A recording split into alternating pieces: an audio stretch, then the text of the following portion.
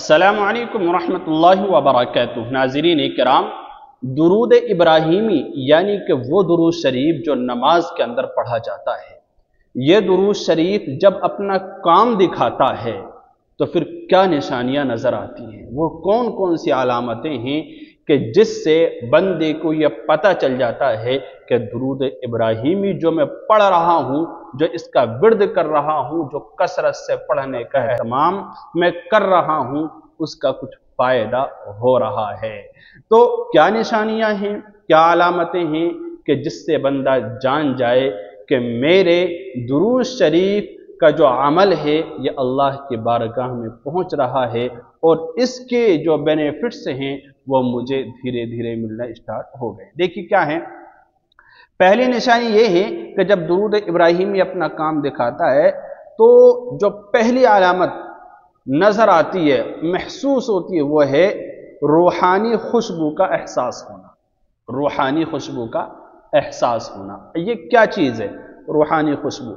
دیکھیے، کہتے ہیں کہ کثرت سے درود ابراہیمی پڑھنے کے بعد وہ تنہائی میں یا نماز میں ایسی خوشبو محسوس کرتے ہیں جو دنیاوی خوشبو نہیں ہوا کرتی۔ دنیا کے اندر تو بہت ساری خوشبو ہوتی ہے نا، تو جو کثرت سے درود شریف پڑھنے کا اہتمام کرتے ہیں، درود ابراہیمی کا پڑھنے کا اپنا معمول بنا لیتے ہیں، تو پھر ان کو ایسا لگتا ہے کہ تنہائی میں جب بیٹھے ہیں یا نماز میں مصروف ہیں یا قرآن کریم کی تلاوت کر رہے ہیں یا درود شریف پڑھتے ہوئے کسی بھی وقت انہیں ایسا لگتا ہے کہ ایک عجیب سی خوشبو کا احساس انہیں ہوتا ہے، اور انہیں یہ بھی اندازہ ہو جاتا ہے کہ یہ دنیا کی خوشبو محسوس نہیں ہو رہی۔ تو یہ برکت ہے، یہ علامت ہے اور یہ نشانی ہے اس بات کی کہ درود شریف کا اثر ہو رہا ہے۔ یہ پہلی علامت۔ دوسری علامت یہ ہے کہ قبر اور آخرت کی یاد میں مٹھاس۔ قبر اور آخرت کی یاد میں، ساری یادوں میں سب سے بہترین یاد جو ہے نا وہ قبر کی یاد ہے، موت کی یاد ہے، آخرت کی یاد ہے۔ اللہ کے نبی علیہ السلام نے ارشاد فرمایا، صاف روایت موجود ہے کہ جو آخرت کو یاد رکھے گا، یعنی موت کو یاد رکھے گا، قبر کی زندگی کو یاد رکھے گا، وہ کبھی گمراہ نہیں ہو سکتا ہے۔ وہ کبھی گمراہ نہیں ہو سکتا ہے، وہ اللہ تعالی کی فرما برداری کے مطابق ہی زندگی گزارنے والا ہو۔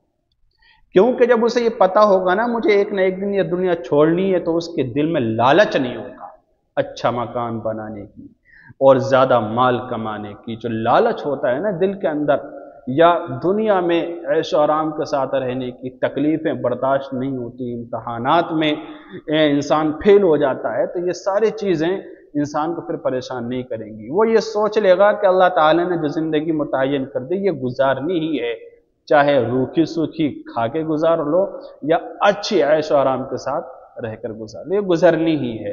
اللہ تعالیٰ کی رضا میں راضی رہتا ہے وہ۔ تو جو آخرت کی یاد ہوتی ہے نا اس کی مٹھاس پیدا ہو جاتی ہے۔ کہتے ہیں عام طور پر قبر اور موت کا ذکر خوف دیتا ہے۔ عام طور پر موت کا جب ذکر ہوتا ہے نا اور قبر کا جب ذکر ہوتا ہے تو خوف آتا ہے، ڈر لگتا ہے کہ یار مر جاؤں گا، یار کیا ہوگا میرے جانے کے بعد، یار ایسا رہ جائے گا، یار میں کچھ دن اور رہتا، اس طرح لگتا ہے۔ لیکن حقیقت کیا ہے کہ درود شریف کے اثر سے یہ یاد، یعنی قبر کی اور موت کی جو یاد ہے نا، اس کی جو مایوسی ہے یہ مایوسی نہیں رہتی، بلکہ پھر ایک عجیب سا شوق پیدا ہو جاتا ہے، یہ مایوسی شوقی کے اندر بدل جاتی، پھر دل نہیں لگتا دنیا کے اندر، پھر تو یہ رہتا ہے کہ میں کسی طرح سے دنیا چھوڑوں اور ہمیشہ ہمیشہ رہنے کی جو جگہ ہے جنت وہاں میں پہنچ جاؤں۔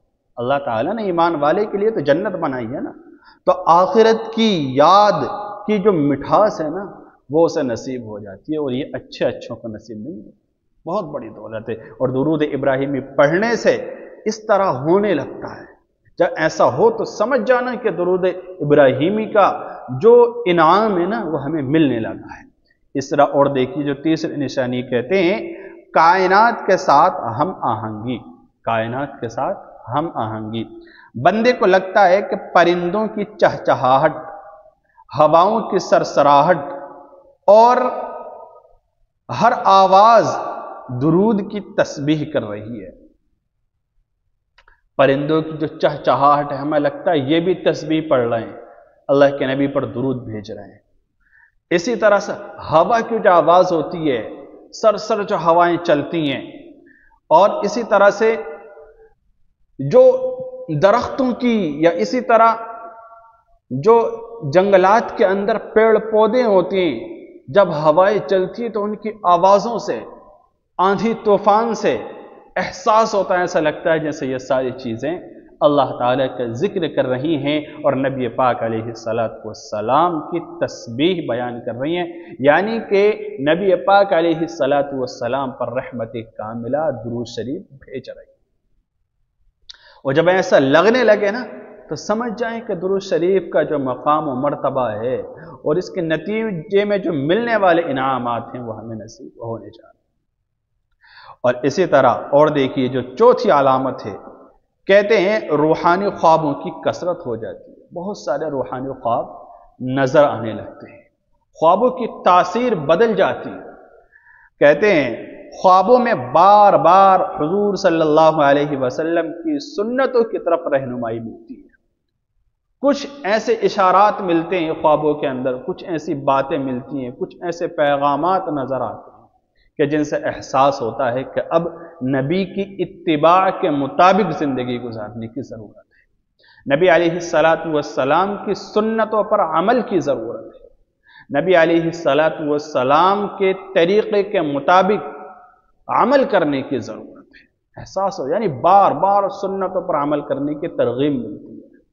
اور سنت کہتے ہیں پیارے رسول صلی اللہ علیہ وسلم کی جو باتیں ہیں، آپ کے جو کارنامے ہیں اور آپ نے جو کام کیے ہیں، یہ سارے کے سارے آپ کی قولی عبادتیں، فعلی عبادتیں، اور آپ کے جو وہ کام ہیں کہ آپ کے سامنے کوئی کام کیا گیا اور آپ نے خاموشی اختیار کی، تو یہ سارے کام کیا ہیں؟ سنت کے اندر آتے ہیں۔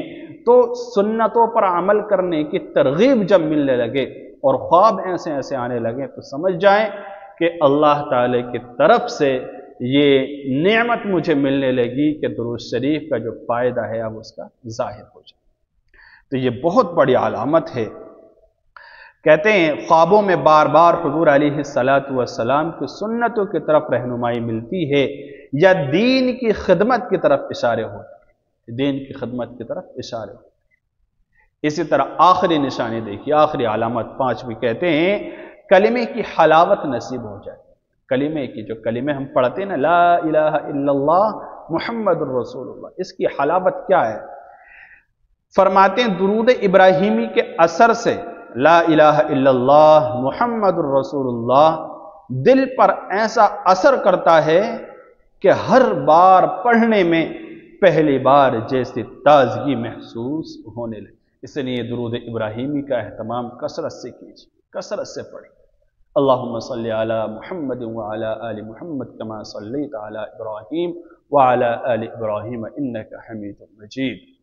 السلام علیکم ورحمۃ اللہ وبرکاتہ۔